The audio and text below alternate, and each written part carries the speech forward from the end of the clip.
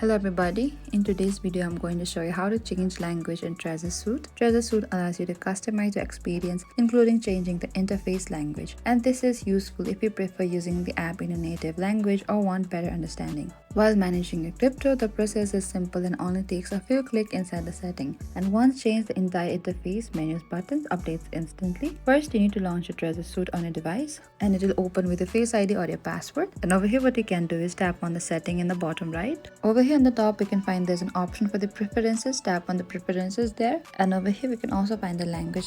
Tap on the language. Over here you can select any of the language that you prefer. Select the preferred language, choose your desired language from the list, and the app will update automatically. In some cases you may need to restart the app and your language is now changed. And that is it. Changing the language in Trezor Suite is quick and helpful way to make the app more comfortable and easier to use. Thank you for watching this video. I hope I could help you.